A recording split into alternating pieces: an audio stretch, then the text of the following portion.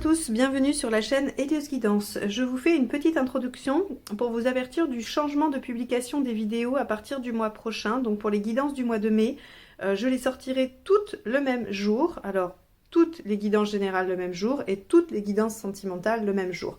Donc environ entre 10 jours et une semaine avant le début du mois, pour que vous puissiez consulter n'importe quel signe de votre choix le même jour, que vous ayez accès à votre ascendant, votre signe lunaire, votre signe solaire. Voilà, donc je ferai ça à partir du mois prochain. Je continuerai aussi à publier tous les lundis matins la petite vidéo « Vous avez un message » dans lequel j'utiliserai le tarot et je vous délivrerai l'enseignement d'une carte du tarot qui vous sera voilà, dévolue pour votre signe, donc chaque lundi.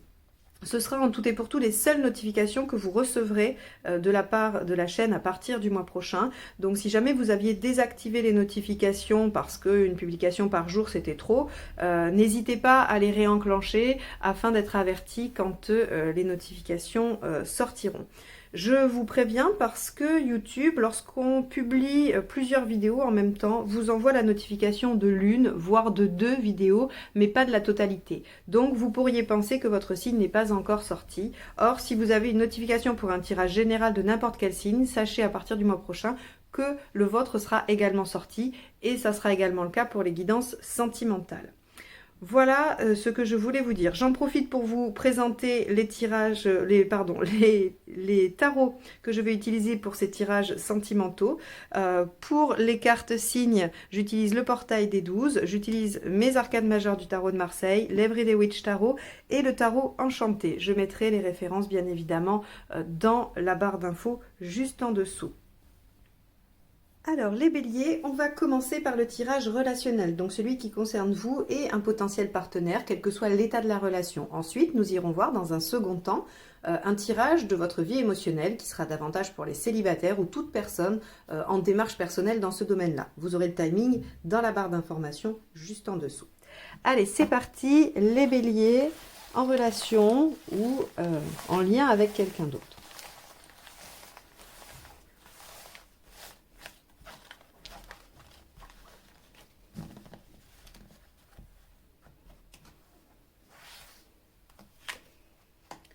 La maison Dieu, eh ben voilà, rien que ça, les béliers. Alors, la maison Dieu, elle a plusieurs niveaux d'interprétation. Comme je l'explique à chaque fois, elle a souvent une très mauvaise réputation puisqu'on parle de la catastrophe, du bouleversement, de l'événement soudain et inattendu qui vient bouleverser tous les plans, qui vient remettre tout en question. Effectivement, c'est une partie de sa signification. Mais si on la prend sur un plan un peu plus psychologique, elle parle surtout de révélation, de prise de conscience, d'éclair soudain. C'est-à-dire qu'on comprend les choses. Ce qui était dans l'ombre est mis en lumière. Et oui, effectivement, ça a un effet bouleversant, ou en tout cas, ça perturbe, ça remet en cause, ça remet en question. Mais c'est toujours dans l'objectif de retomber sur ses pattes et de reconstruire quelque chose de plus sain. La leçon de l'arcane 16 de la maison Dieu, c'est de ne pas lutter contre un changement qui viendrait s'imposer afin de pouvoir repartir tout de suite avec les outils qu'on a. C'est sa leçon. C'est pas forcément très facile à faire dans toutes les circonstances, et ça, je crois qu'on on est tous d'accord avec ça. Mais il faut essayer de s'accrocher à ça parce que ça peut aussi être révélateur de choses très bien qui permettent d'avancer, qui permettent de reconstruire quelque chose de beaucoup plus convenable, ou en tout cas qui est beaucoup plus aligné. Donc, on va aller voir en quoi cette énergie va venir, on va dire, colorer votre relation sur le mois d'avril. Allez, on y va avec l'état d'esprit du partenaire. Donc on peut découvrir une vérité, on peut comprendre quelque chose, on peut avoir un coup de foudre avec la maison Dieu aussi. Hein. Ça peut tout à fait être la carte du coup de foudre. Allez, hop.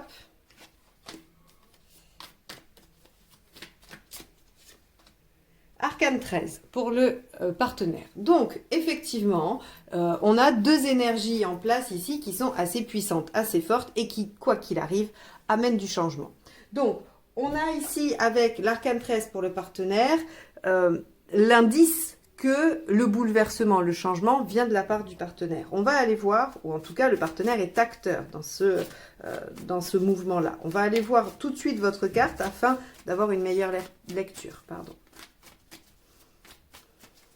Et de comprendre la posture de chacun.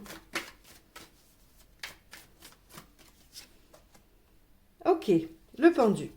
Alors, déjà, on est sur 2 arcades majeures, hein, donc c'est quelque chose d'assez important, c'est des énergies très fortes.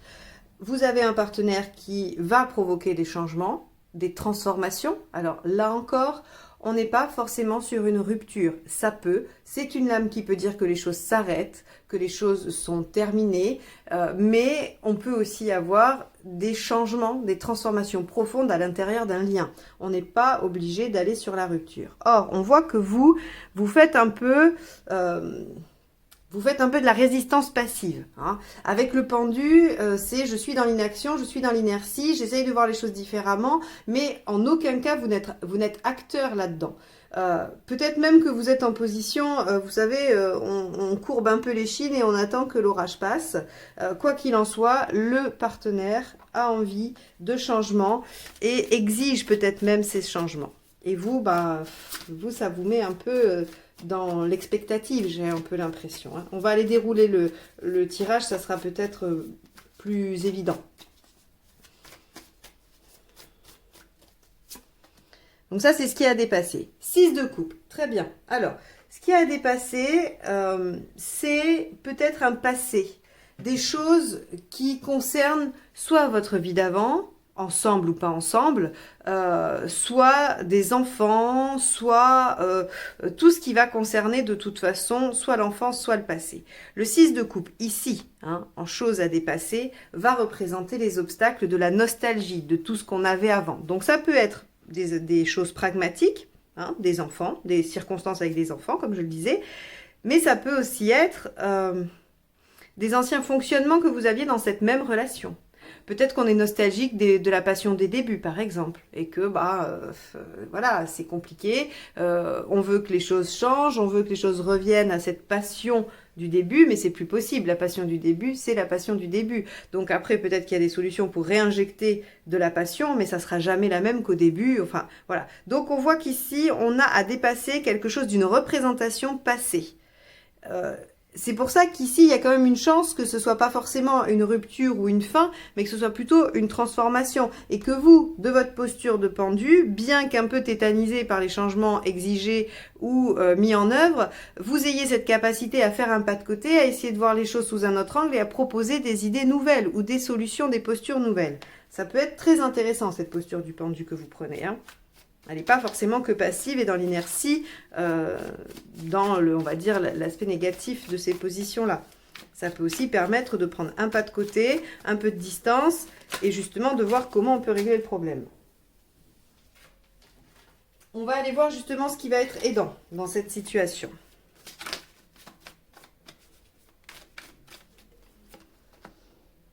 La conversation, la discussion, le dialogue, hein, la communication. Donc les cartes n'arrêtent pas de m'échapper aujourd'hui. Je les récupère. Donc la tempérance, elle nous parle bien de la communication. Ici, on va vous demander de parler, d'échanger.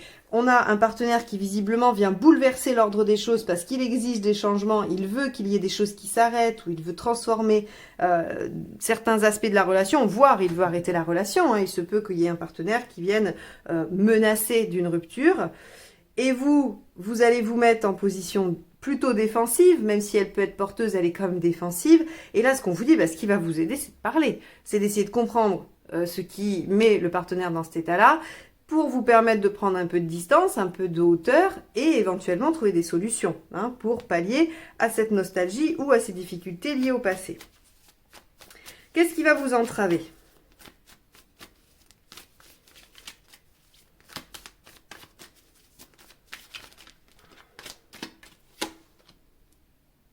Le 5 d'épée, l'ego, la fierté. Là, on vous dit, il va pas falloir que vous jouiez sur le terrain de puisque c'est comme ça, je vais faire ça, et qu'il y ait le moindre ego là-dedans. Alors, c'est hyper difficile de ne pas faire jouer l'ego, surtout quand on se retrouve face à quelqu'un qui exige des choses et que ça vous met en difficulté. En général, on va avoir... vous savez, c'est comme deux personnes qui s'affrontent. S'il n'y en a pas une qui lâche, ben ça monte, ça monte, ça monte, ça monte. Ben là, on est un peu là-dedans avec les égos. Et c'est pour ça qu'on vous dit de communiquer de façon douce et bienveillante, de façon à retrouver un équilibre. Parce que si vous laissez l'ego parler, vous allez vous opposer, vous fermer chacun dans vos postures et ça n'avancera pas. Vous n'arriverez pas à dépasser ce qu'il y a à dépasser. Donc là, clairement, on vous dit votre danger à vous deux, d'accord? C'est pas que vous les béliers. Cette carte, elle vous concerne tous les deux. Donc effectivement, ça va être soit l'un, soit l'autre, ou les deux. Mais en tout cas, ce qui va venir gêner dans cette situation, c'est l'ego. C'est le fait de ne pas vouloir lâcher, de ne pas vouloir perdre, de ne pas avoir tort, de tenir sur sa posture coûte que coûte. Ça, ce sont des choses qui vont vous amener probablement à une rupture. Alors une rupture pas non plus, encore une fois, de la relation, mais peut-être une rupture du dialogue, une rupture du lien, quelque chose qui va encore venir abîmer la relation. Donc le tirage, je vous l'accorde, est pas très encourageant et pas emballant, mais si vous êtes dans cette situation ou que cette situation vous arrive, il va bien falloir retenir ce qu'on vous dit ici. On va aller voir ici les intentions, le résultat et les conseils également pour voir comment on peut essayer d'aborder au mieux cette situation, voire l'éviter. Allez, l'intention du partenaire. Qu'est-ce qui se cache derrière ce besoin de changement, ce besoin de transformation-là? Cavalier de coupe. Ok. Alors, on a ici un partenaire qui a besoin de vivre et d'exprimer son émotivité, son émotionnel, ses sentiments. Le cavalier de coupe, il communique sur ce qu'il ressent et il a envie de vivre une belle histoire, il a envie d'être d'être emporté par les choses. Donc ici, on a un partenaire qui voudrait peut-être plus de liens. Alors, est-ce que vous êtes coincé dans une situation au regard du passé et que le partenaire exige que les choses changent et avancent parce que il tient à vous et qu'il a envie de construire, c'est une possibilité. Il y en a probablement plein d'autres que vous pouvez associer, vous, selon votre situation, mais par exemple, ça peut être un des scénarios possibles dans ce tirage. On va aller voir, vous, votre intention. Donc le pendu, effectivement, peut aussi exprimer le fait que vous soyez coincé dans une situation que vous ne maîtrisez pas. Ça peut aussi. Allez, vous, votre intention. La lune. Alors, la lune, c'est pas mal parce que ici, dans une intention, la lune signifie qu'on va être capable de se remettre en question, d'aller chercher un peu au fond de soi ce qui se joue, ce qu'on met en œuvre, pourquoi on est dans cette dynamique-là ou cette situation-là. La posture du pendu aide aussi à faire ce travail-là. Donc, on voit qu'ici, on est sur quand même des bonnes volontés qui iraient dans le même sens, même si on n'est pas du tout sur la même dynamique. Là, on est sur une dynamique d'action. On a quelqu'un qui veut des faits, qui veut des choses, des événements, qui veut du partage, qui veut vraiment vivre les choses, donc il veut les concrétiser. Et ici, on a vous les béliers qui êtes, bizarrement, parce que vous êtes quand même plutôt un signe actif normalement, là, il y a comme un blocage, vous êtes dans l'expectative, vous êtes à l'arrêt et vous intériorisez, vous réfléchissez. Donc de votre part, il y a de l'inertie et pas de mouvement, pas d'action. C'est là où se crée probablement la distorsion entre vous et le partenaire. On va aller voir le résultat à la fin du mois.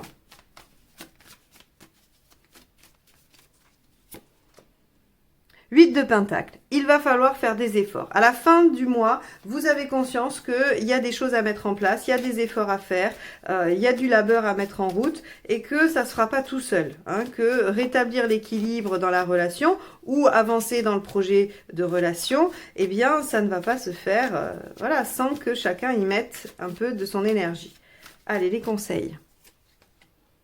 6 de Pentacle. Demandez de l'aide. Osez demander de l'aide. Sachez demander de l'aide ou aider l'autre. Quoi qu'il en soit, là, on vous demande d'être généreux ou d'être dans la demande de générosité. Donc, si vous vous sentez bloqué, coincé, vous pouvez demander de l'aide, d'accord, pour pouvoir avancer. Page d'épée. Allez chercher les informations, les connaissances, les savoirs qu'il vous faut pour mieux comprendre ou avancer. Hein. Là, c'est encore la même chose. Soit c'est un projet de couple qui stagne, vous avez du mal à cause du passé, il y a des choses qui vous retiennent, vous êtes bloqué, compte tenu. Donc là, on vous dit, allez chercher les infos pour faire en sorte que ensemble les choses avancent. Et si c'est entre vous, essayez d'aller comprendre ce qui se passe pour le partenaire afin d'être dans une démarche de remise à l'équilibre et de dialogue. Si vous voulez vous remettre en question, il faut comprendre les tenants et les aboutissants. Sinon, ça ne marche pas, la remise en question. Et dernier conseil, page de bâton. Il y a quelque chose à modifier dans votre façon de faire pour que les choses avancent. Donc là, on peut imaginer, avec un tirage comme ça, que le partenaire est en train de faire une demande de changement, de modification par rapport à la situation, que peut-être c'est un peu surprenant pour vous, il y a quelque chose qui, voilà, vous ne vous attendiez pas à ça, ou vous étiez pris par autre chose.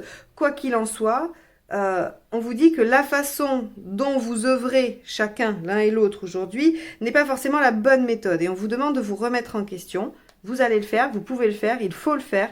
Et ça va vous demander des efforts, certes, mais il faut demander de l'aide ou en donner, selon votre posture dans le tirage, aller chercher les informations nécessaires, aller comprendre ce qui se joue, et le page de bâton, il a beaucoup d'enthousiasme, il a beaucoup d'énergie, sauf qu'il n'a pas la bonne méthode, il doit remanier sa méthode. Il doit repasser par l'étape du page d'épée et du page de pentacle afin que son énergie déployée soit efficace.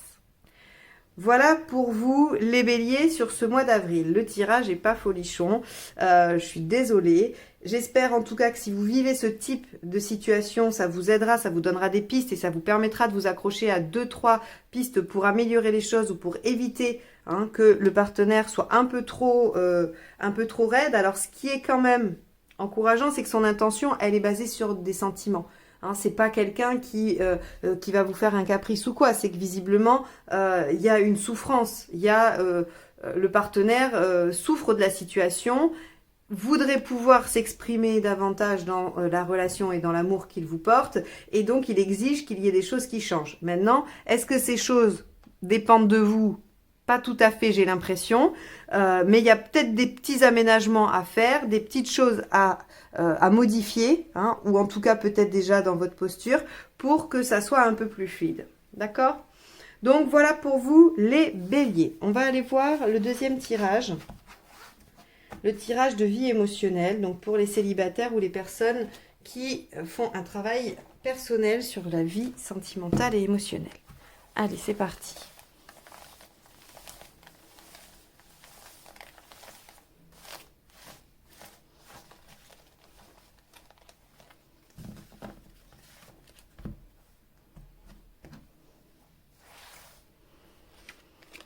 Votre état d'esprit. Ce que vous voulez. Pourquoi ça ne marche pas? Ce qu'il faut faire pour que ça fonctionne. L'issue à court terme et à plus long terme. Ok. Alors, hop, je centre les cartes. Là, c'est bon, je pense. Ok. Votre état d'esprit, l'ermite. L'intériorisation, la réflexion, la méditation, l'isolement. Vous avez envie de vous recentrer sur vous sur ce mois d'avril. Très bien. De quoi avez-vous envie? Ça, c'est votre état d'esprit. Vous êtes dans cet état-là. Et vous avez envie de quoi? Vous avez envie de faire confiance à l'univers, de vous en remettre au guide, à Dieu, à peu importe comment vous l'appelez. Il y a ce désir d'être dans l'acceptation et l'attente que les choses arrivent. Vous avez envie d'être guidé, vous n'avez plus envie d'être responsable des choix, vous vous dites advienne que pourra, je vais me recentrer sur moi et sur ce que je vis et j'attends qu'on m'apporte ce dont j'ai besoin. En espérant que ce que l'on vous apporte soit en cohérence avec ce que vous aimeriez. Ce qui n'est pas toujours la même chose entre ce dont on a besoin et ce que l'on aimerait. Mais ça, je vous laisse y réfléchir. Et on vous dit, ça ne fonctionne pas parce que vous êtes en tempérance inversée. Alors en tempérance inversée, on est en déséquilibre, on est en conflit. Ici, vu qu'on est sur un tirage, une lecture plutôt psychologique, on va être sur un conflit interne. Et c'est pour ça que je me permettais de dire peut-être que ce dont vous avez besoin n'est pas tout à fait l'équivalent de ce que vous souhaitez. Parce qu'ici, on a une distorsion, on a un conflit interne qui fait que on n'est pas d'accord avec soi-même. Alors, qu'est-ce qu'il faut faire pour que ça fonctionne? L'arcane 13, un changement profond et radical. Alors, ce changement profond et radical, il peut intervenir sur plusieurs plans. À vous de voir en quoi ça vous parle, qu'est-ce que ça vient faire résonner chez vous. En tout cas, on a la nécessité de changer profondément son approche. Peut-être que ce que l'on cherche ne peut s'obtenir avec une intériorisation, le fait de s'isoler, et l'attentisme. Je dis l'attentisme parce que ça pourrait être une très bonne posture de se dire j'accepte ce que la vie m'apporte et je vais faire, je m'ajusterai. On sait que c'est une ligne directrice pour beaucoup de concepts de développement personnel et je trouve ça très bien. Enfin, j'ai pas forcément d'avis à donner là-dessus. Mais le risque dans cette posture-là, c'est là où on pourrait tomber un peu trop dans l'excès de cette posture-là, c'est l'attentisme. C'est-à-dire que je ne mets absolument rien en œuvre et j'attends que les choses m'arrivent. Or, c'est pas tout à fait comme ça que ça fonctionne. C'est-à-dire qu'on vous dit, vous mettez le premier coup de pédale et oui, on va vous mettre le vent dans le dos. Mais si vous êtes sur votre vélo, les 2 pieds au sol, il peut y avoir du vent, vous n'allez pas avancer des masses.